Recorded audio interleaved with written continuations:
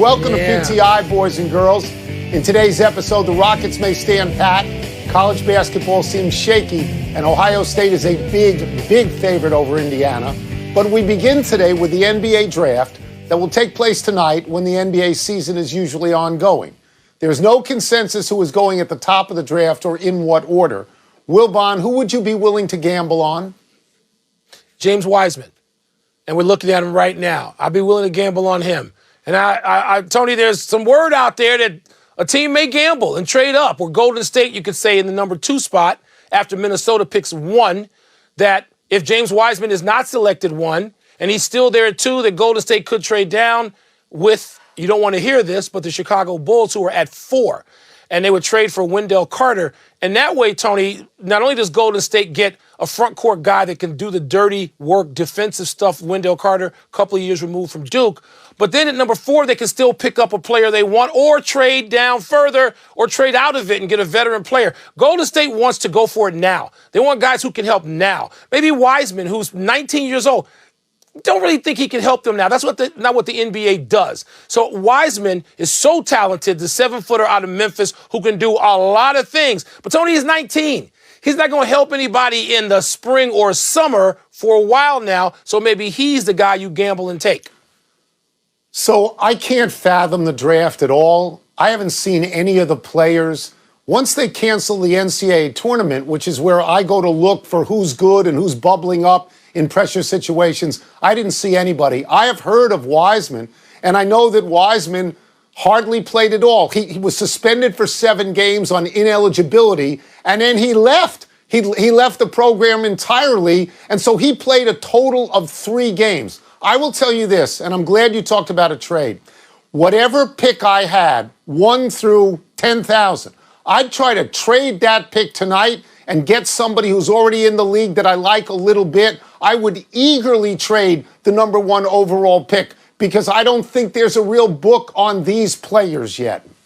Tony, there are books on them. The books may not be all that accurate. 2 years ago, you would have said, because you hadn't seen him, Luka Doncic, I don't want him. It's 2 years ago. I know what you said 2 years ago because it's like these guys now. There's an Israeli kid who's 6'8" or 6'9" who could be sitting there 4, 5, or 6. We don't know because, you haven't seen him. There's a book. People who get paid to do this, even those for this network, we're they know what the book is. No, I get this. But we're doing this show, and I haven't seen anybody because there was no college basketball. I mean, the Georgia kid is so highly rated, thinks of himself as a football player. Yeah. To me, it is so chancy right now. It's as chancy as it was with high school kids, and I don't mean LeBron. I mean all those other high school kids that came out. I took some notes. If the top 10 picks, they don't have a single kid from Duke or Kentucky or Kansas, and those are schools that I watch, I am unable to gamble on any of these kids. Well, thankfully, it's like the NFL are paying draft attention to the draft aren't waiting for just kids from Duke and Kansas. Because again, Tony, let's see. There's a kid named Doncic who may be in the on-deck circle for MVP and leading a team higher up into the playoffs than he did last year. I'm just saying. There's a guy named, Kawhi Leonard. Did Kawhi Leonard go to any of those schools? Oh, I don't think he's been on 2 championship teams. No, but he didn't go in the top 2 or 3 either. He went further down the track. To me, as a draft, it's like the NFL draft once the quarterbacks are gone. I just don't know the players. Okay. That's all. Okay. Well, some of us are going to pay a little closer attention tonight than you probably will. No, I'm going to pay attention. I just don't know the players. I figure you're going to watch some obscure movie that you're going to download. No? That's not going to be you tonight? No. Okay. No. I'm going to watch a draft. I'm not going to watch Will and Grace like you are. That's only instead of some bad Thursday night games. A good Thursday night game this week. While trade rumors swirl about Russell Westbrook and James Harden, the Rockets reportedly feel no pressure to deal either one. ESPN's Tim McMahon reports that Houston is, quote, willing to get uncomfortable, close quote, and keep both players on the roster as training camp opens and the season begins. Tone, could you see the Rockets keeping, despite all this swirl, Westbrook and Harden? Sure. Of course I could. I've got James Harden under contract for 2 more years. He doesn't set the market. If I'm the Rockets, he's not setting the market for me. I've got to make sure that I get something back. If I'm Houston, I'm trying to drive up the price, not drive down the price like I'm having a distressed furniture sale. I'm not going to do that. I mean, if he wants to go to Brooklyn, good for him. He's not ruling this deal. I don't have to send him to Brooklyn. I can send him somewhere else. And if he doesn't want to play and not make any money at all after turning down an extra $103 million, fine. That's his prerogative there. So yes, I can see that happening. I would not take a bowl of porridge for him. And people talk about LeVert and Dinwiddie. Mike, all these trades for a superstar, when you get 3 or 4 people, it never works out for the team getting the 3 or 4 people. It does not. Rarely, Tony. But what's interesting to me about this, I'm not about to debate that with you. You covered the league for a long time. We know that's right. But, Tony, it seems to me that Fertitta, the owner, Tillman Fertitta, the owner of the Rockets, he seems to have a little Jerry Jones in him, as if he knows more than everybody else in the world, and he's bought a franchise that's been really good, right? A guy who is gone now, who he could have run out for all I know, Daryl Morey, kept that franchise right there, a threat to win even though they didn't win. But, Tony, this owner feels like he's going to say, I got all the leverage. Let me just say this, Tony, because you mentioned all these superstars who get traded. You know why superstars get traded in the NBA more than any other sport? They ask to be traded. Because they got the leverage. Because they have the leverage. Superstar players making $40 to $50 million, they have leverage, and they can talk their way and force their way out, and that is what's going to happen in Houston. Mark it down. They have the leverage, but they may not have it at the time they think they have it. As time goes on, and you can't get anything for somebody, they get more and more leverage. But I don't think Harden and Westbrook have it now. I heard that there's talks with the Washington Wizards that they would trade Westbrook for John Wall. If that's true, the Wizards should run to the Wizards should run to the table, sign it immediately, and say, get out of here. Here's Wall. Because Wall hasn't played all last year. When he played the year before that, he wasn't very good. He's hurt a lot. And Westbrook's a beast. Westbrook plays all the games all the time. So I take it you're endorsing in a heartbeat. You're endorsing that deal to get Westbrook so you can you might leave the attic. If Westbrook is 6 miles away from you, which is all the arena is, you might actually leave the attic and go to a game.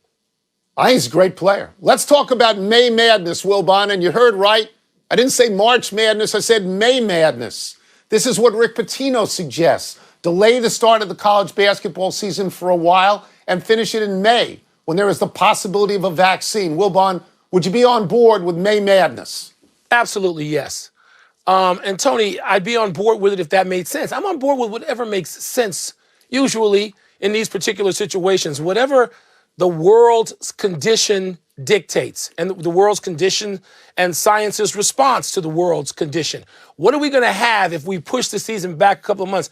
Will there be a vaccine? How much closer? What about treatment? How much better? Is it going to be in the later parts of the spring than in the winter?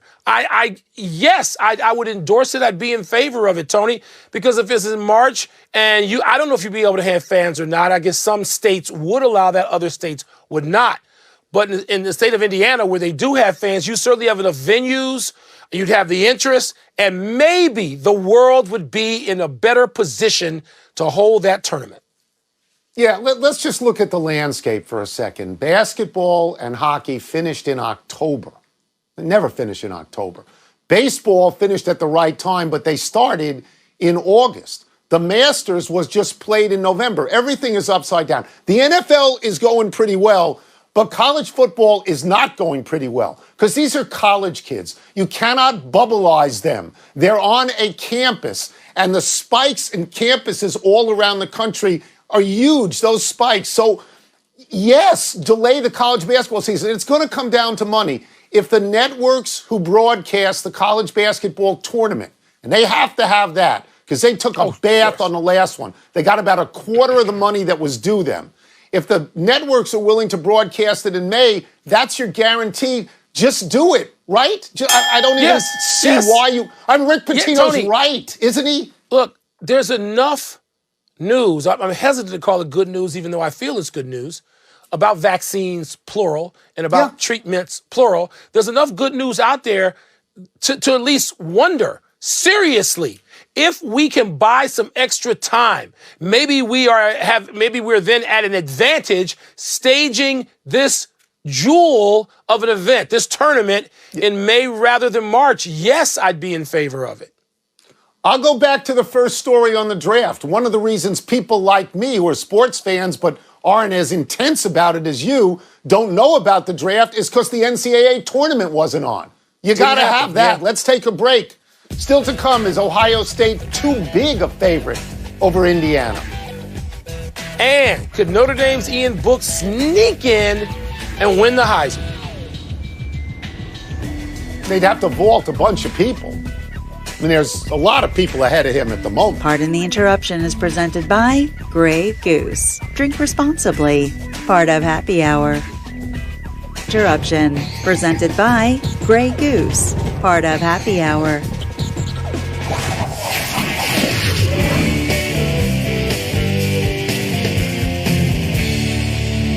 Time to get down and wordy. Let's get the first one from the producer over the loudspeaker. It's blank that Ohio State is favored by 20.5 points over Indiana. It's on the number, and I know that feels counterintuitive because Indiana has not beaten Ohio State since 1988.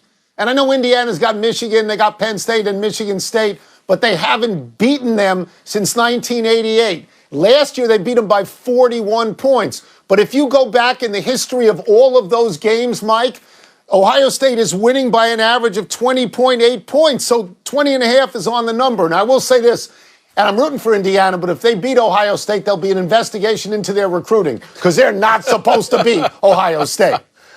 Tony, you know how desperately I am rooting for Indiana to win this game. I know. Because I want Indiana to be the East Big Ten representative in playing the West, which really could come out of the Northwestern-Wisconsin game on Saturday as well. Tony, my word is reflexive. I mean, you can't even imagine it. I cannot imagine. Look, if the game was in Bloomington, I'd give Indiana a puncher's chance here. And I'm going to watch it. I'm going to watch with fascination.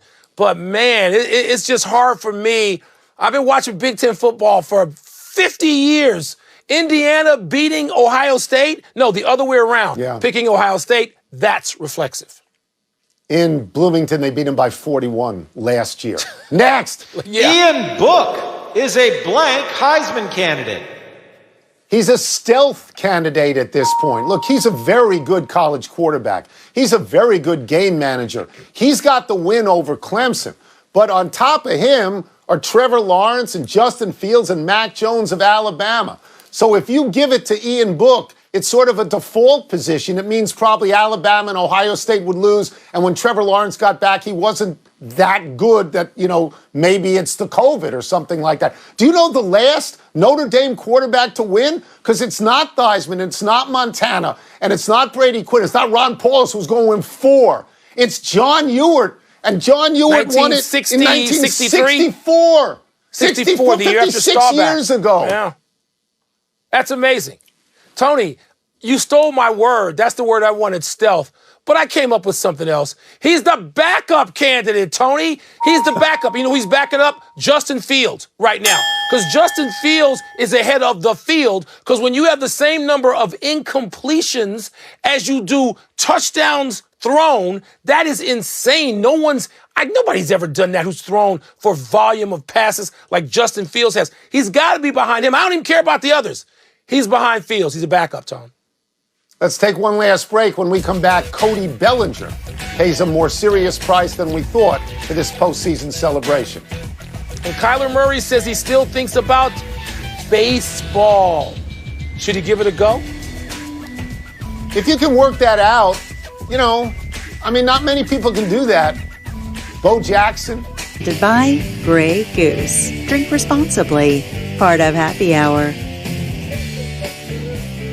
Happy time, people. Happy 45th birthday, David Ortiz. Big Papi. Really, that's all you have to say. It encapsulates him in every way.